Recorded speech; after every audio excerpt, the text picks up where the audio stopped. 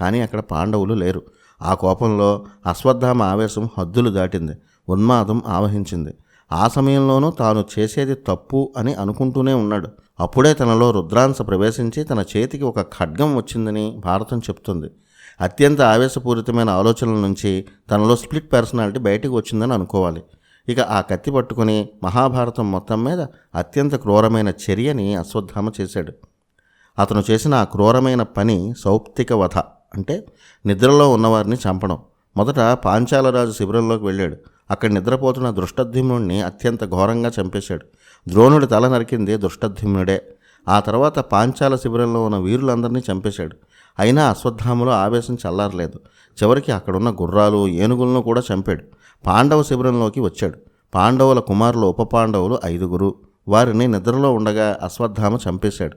అలా తనకు ఎవరు కనిపిస్తే వారిని ఆ రోజు రాత్రి చంపాడు.